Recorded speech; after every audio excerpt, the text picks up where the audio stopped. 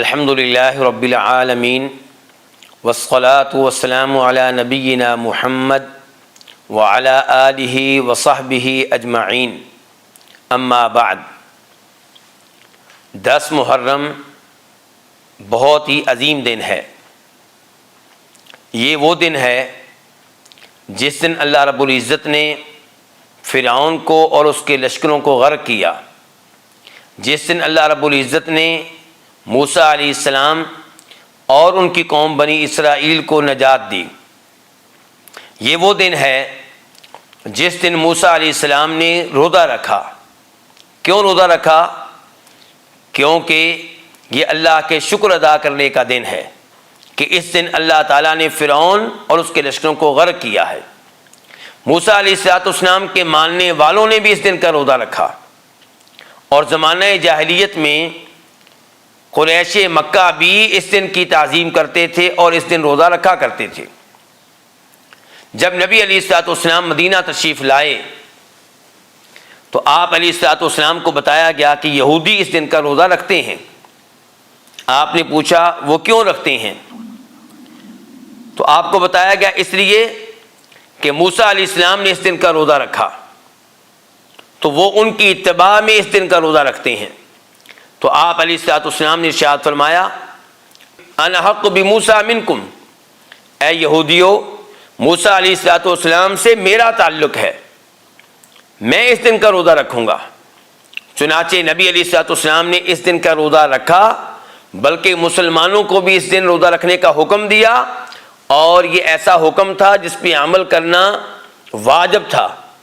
اس زمانے میں رمضان کے روزے فرض نہیں ہوئے تھے، اس لیے 10 محرم کا روزہ رکھنا فرض قرار پایا۔ جب 10 محرم کا روزہ فرض قرار پایا تو تمام مسلمانوں نے اس کا اہتمام کیا، اور پھر جب رمضان کے روزے فرض ہوئے تو پھر 10 محرم کے روزے کی فرضیت ساقط ہو گئی، لیکن استحباب باقی رہا، ترغیب باقی رہی، اجر و ثواب باقی رہا۔ اجر و ثواب کیا ہے 10 محرم کے روزے کا؟ مسلم شریف کی حدیث ہے، ابو قتادہ اس کے راوی ہیں۔ نبی علیہ السلام ارشاد فرماتے ہیں کہ مجھے امید ہے کہ 10 محرم کے روزے کی وجہ سے اللہ تعالیٰ 1 سال کے گناہ مٹا ڈالیں گے۔ اندازہ لگائیے اس روزے کی عظمت کا، اس روزے کی اہمیت کا، کہ روزہ 1 دن کا اور 360 دنوں کے گناہ ختم ہو جائیں گے۔ یہاں پہ ایک سوال لوگوں کے ذہنوں میں آتا ہے کہ کیا اس سے کبیرہ گناہ بھی ختم ہو جائیں گے؟ تو گزارش یہ ہے کہ کبیرہ گناہ توبہ کیے بغیر ختم نہیں ہوتے۔ حج کرنے سے بھی کبیرہ گناہ توبہ کے بغیر ختم نہیں ہوتے، عمرہ کرنے سے بھی کبیرہ گناہ توبہ کے بغیر ختم نہیں ہوتے، وضو کر لینے سے بھی کبیرہ گناہ توبہ کے بغیر ختم نہیں ہوتے۔ تو اگر توبہ کر لی جائے، اپنے گناہ پہ ندامت، پشیمانی، افسوس کا اظہار کیا جائے اور اللہ سے وعدہ کیا جائے کہ یا اللہ آئندہ میں یہ کبیرہ گناہ نہیں کروں گا، تو اس کے بعد 10 محرم کا روزہ رکھا جائے تو پھر کبیرہ گناہ بھی ختم ہو جائے گا۔ تو 10 محرم بہت ہی عظیم دن ہے۔ اس دن کی عظمت کا ہم میں احساس ہونا چاہیے۔ ایسا نہ ہو کہ یہ دن عام دنوں کی طرح گزر جائے۔ جس دن کو اللہ تعالیٰ اہمیت دیں، جس دن کو انبیاء کرام علیہم السلام اہمیت دیں، جس دن کو صحابہ کرام اہمیت دیں، ہم اس کو اہمیت نہیں دیں گے تو یہ بہت بڑی جسارت ہے، یہ بہت بڑی جرأت ہے۔ ہمیں چاہیے کہ ہم اس دن کو وہ اہمیت دیں جو نبی علیہ السلام اور صحابہ کرام نے اہمیت دی۔ تو نبی علیہ السلام، صحابہ کرام، تابعین، تبع تابعین، ائمہ اہل بیت اس دن روزہ رکھا کرتے تھے، تو ہمیں چاہیے کہ ہم بھی اس دن روزہ رکھا کریں۔ افسوس سے کہنا پڑتا ہے کہ موجودہ ایام میں اس دن کو روزہ رکھنے کی بجائے ماتم کا دن بنا دیا گیا ہے۔ اس دن لوگ نوحہ کرتے ہیں، ماتم کرتے ہیں، اور اس دن مشروبات لوگوں میں تقسیم کیے جاتے ہیں، اور یہ سمجھا جاتا ہے کہ اس پہ بہت اجر و ثواب ملے گا، لوگ ایسا کیوں کرتے ہیں؟ کیونکہ اس دن نبی علیہ الصلوۃ والسلام کے عظیم نواسے، آپ کے پھول، ہمارے محبوب سیدنا حسین رضی اللہ تعالیٰ عنہ شہید ہوئے تھے، اور ان کی شہادت یقیناً بہت بڑا واقعہ ہے۔ اور جناب حسین کی شہادت پہ ہر ایک کو دکھ ہوا، جنہوں نے ان پہ یہ ظلم کیا انہوں نے بہت بڑا جرم کیا، لیکن اس واقعے کی وجہ سے جناب حسین کی عزت میں کمی نہیں آئی، ان کے مقام میں اضافہ ہوا ہے، انہیں شہادت جیسا عظیم مرتبہ مل گیا ہے۔ تو کیا ان کے یوم شہادت کو ماتم کے طور پہ منایا جائے گا؟ نہیں منایا جائے گا۔ نبی علیہ الصلوۃ والسلام کے عظیم چچا سید الشہداء امیر حمزہ رضی اللہ عنہ شہید ہوئے، نبی علیہ الصلوۃ والسلام نے ان کے یوم شہادت کو ماتم کے طور پہ، غم کے طور پہ نہیں منایا۔